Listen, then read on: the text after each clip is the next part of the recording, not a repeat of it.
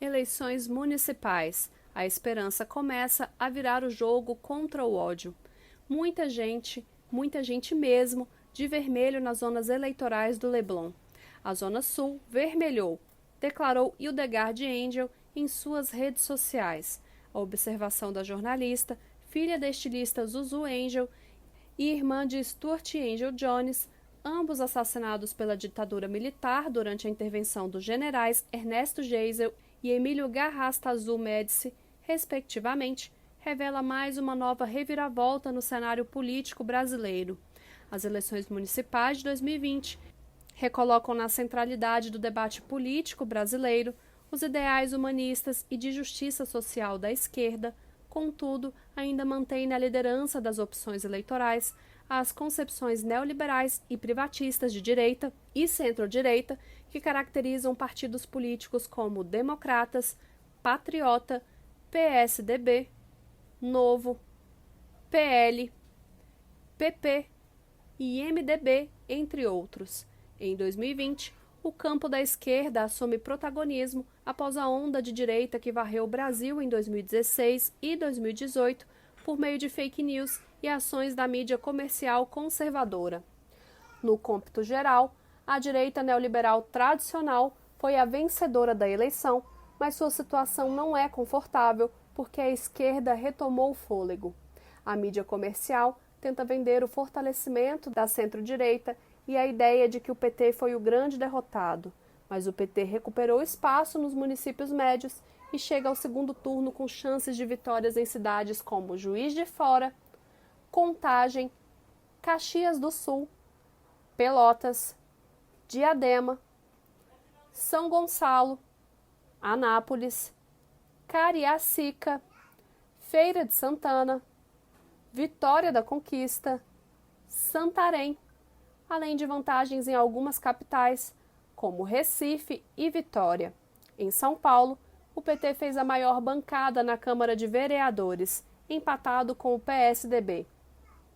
Apesar de Marcelo Crivella, do Republicanos, e Eduardo Paz, do Democratas, estarem no segundo turno, o bolsonarismo enfrenta o derretimento nas eleições municipais. Seus candidatos tiveram votação pífia na maioria das cidades. Só 11 dos 59 candidatos apoiados por Jair Bolsonaro foram eleitos. Mesmo em locais que foram mais bem posicionados, foi bem abaixo do esperado.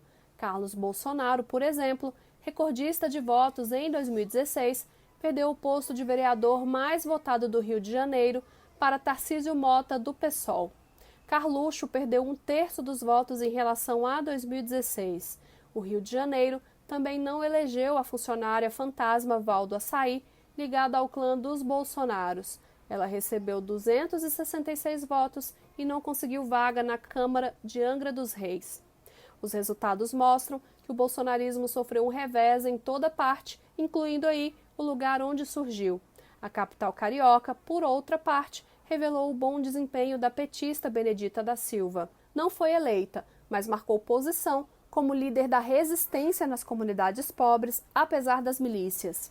Em São Paulo, Eduardo Suplicy, do PT, é o vereador mais votado. Outra virada que mostra uma nova conjuntura, no qual a esperança começa a virar o jogo contra o ódio, é o fato de João Dória, do PSDB, ter ganho a eleição para prefeito em 2016, no primeiro turno, e agora a esquerda foi para o segundo turno em São Paulo. Fanatismo e fundamentalismo religioso e neoliberal perdem espaço. O fundamentalismo e o fanatismo e o radicalismo neoliberais, antidemocráticos e privatistas do bolsonarismo, perdem fôlego em todo o país e dão lugar à disputa entre uma esquerda que defende a reconstrução de um Brasil soberano, dono de suas riquezas, mais fraterno e solidário, com políticas públicas de Estado para salvaguardar seu povo, e uma direita conservadora ligada ao empresariado neoliberal e banqueiros, representados por partidos como Democratas, ex-PFL, PP, ex-PSD, PSDB, PSD, MDB, Patriota, Novo, criado pelo Itaú e outros bancos, etc. O campo da esquerda, que a mídia vem classificando como o grande perdedor, é vencedor. O PT e o PSOL estão entre as siglas que mais cresceram na disputa das prefeituras das 100 maiores cidades do país. Os dois partidos, que hoje não têm nenhum representante nesses municípios, podem chegar a 17 prefeitos em 2021. 13 do PT e 2 do PSOL no segundo turno. Nas capitais, a esquerda leva a disputa para o segundo turno em várias cidades, sobretudo em São Paulo. A maior cidade brasileira irá protagonizar um pleito histórico entre Guilherme Boulos, do PSOL, e Bruno Covas, do PSDB. Essa ditadura ilustra bem o confronto entre os ideais humanistas da esquerda e os neoliberais e privatistas da direita. A esquerda leva a eleição municipal para o segundo turno também no Belém, do Pará, com Edmilson Rodrigues, do PSOL, que irá disputar com o delegado federal Eguchi, patriota, Manuela Dávila, do PCdoB, no Rio Grande do Sul, disputando com Sebastião Melo, do MDB. Em Pernambuco, entre os primos João Campos, PSB, e Marília Reis, do PT. Em Vitória, Espírito Santo, João Coser, PT, com o delegado Pasolini, do Republicanos. Em Aracaju, no Sergipe, com Edivaldo Nogueira, do PDT, e a delegada Daniele Garcia, do Cidadania. Nessa eleição, o PT será a legenda mais presente no segundo turno, em 15 das 57 cidades em que haverá disputa. Depois, vem o PSDB em 14 cidades e, em seguida, o MDB em 12. O PT elegeu 2.584 vereadores, o PSOL, 75. O PCdoB fez 678 cadeiras municipais. Nas prefeituras, o PT elegeu 174 prefeitos no primeiro turno, o PCdoB, 45, o PSOL, 6. Análises mostram que os votos em candidatos do PT a prefeito em 2020 subiram 2,53% em relação a 2016 e no PSOL subiram 6,42%. O PCdoB caiu 33,52%. Com 17 candidatos na disputa do segundo turno, PT e PSOL são justamente as duas siglas que mais cresceram na disputa nas maiores cidades do Brasil. Guilherme Boulos, Voto na Esperança, é a grande novidade. A disputa pelo segundo turno na capital paulista é a grande novidade desta eleição. São Paulo, capital, terá segundo turno entre Guilherme Boulos, do PSOL, que obteve 20,24% dos votos válidos, e Bruno Covas, com 32,85%. O maior colégio eleitoral do país revela a situação dramática do bolsonarismo. Se a derrota de Bruno Covas na capital paulista seria uma boa estratégia para o bolsonarismo, uma vitória de Boulos será péssimo negócio para a direita e extrema-direita juntas. Daí, os ataques cibernéticos aos computadores do Tribunal Superior Eleitoral, articulados com uma campanha de fake news para deslegitimar os resultados. O chamado Gabinete do Ódio adota a tática de Donald Trump e se mostra predisposto a ir às últimas consequências, revelando indícios de que Bolsonaro deseja ficar no poder de qualquer jeito. Apesar dos ataques à democracia, aparentemente houve um crescimento das bancadas de vereadores da esquerda no país.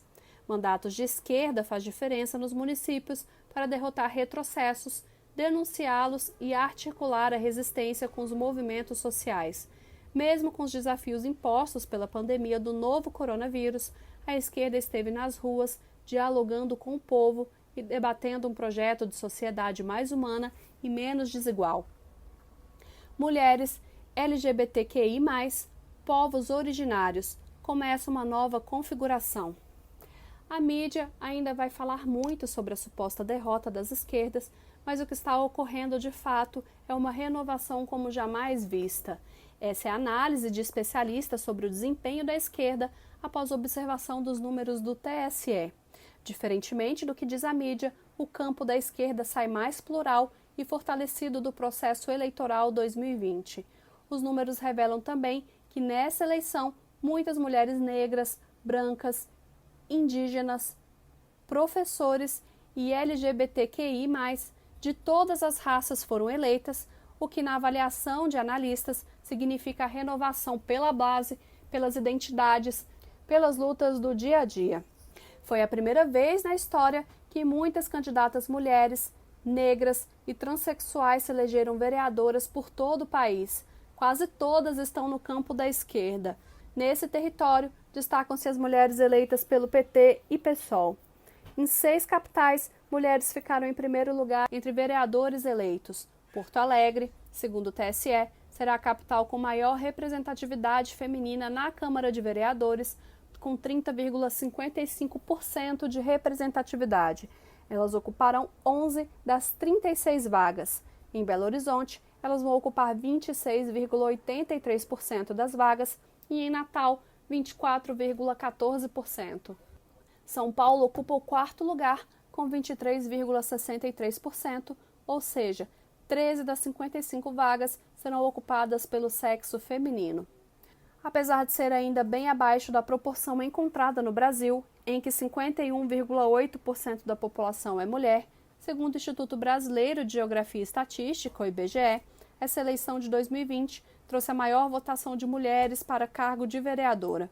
Florianópolis, Curitiba, Palmas, Salvador, Fortaleza, Rio de Janeiro, Recife, Boa Vista, Teresina, Belém, Aracaju, São Luís, Maceió, Goiânia, Vitória, Rio Branco, Manaus, Porto Velho, Cuiabá, Campo Grande, João Pessoa. Todas essas capitais elegeram muitas mulheres jovens, negras, LGBTQI+, educadoras, da cultura e das periferias. Curitiba, por exemplo, elegeu pela primeira vez uma mulher negra e professora da rede pública para o cargo. As eleições municipais revelaram que a agenda eleitoral de 2022 está claramente aberta para que as esperanças possam vencer o retrocesso que a ultradireita e o fundamentalismo neoliberal e religioso implantaram no Brasil nestes últimos anos. As eleições municipais de 2020 renovam a esperança de dias melhores a partir das eleições de 2022, afirma a diretora colegiada do Simpro-DF.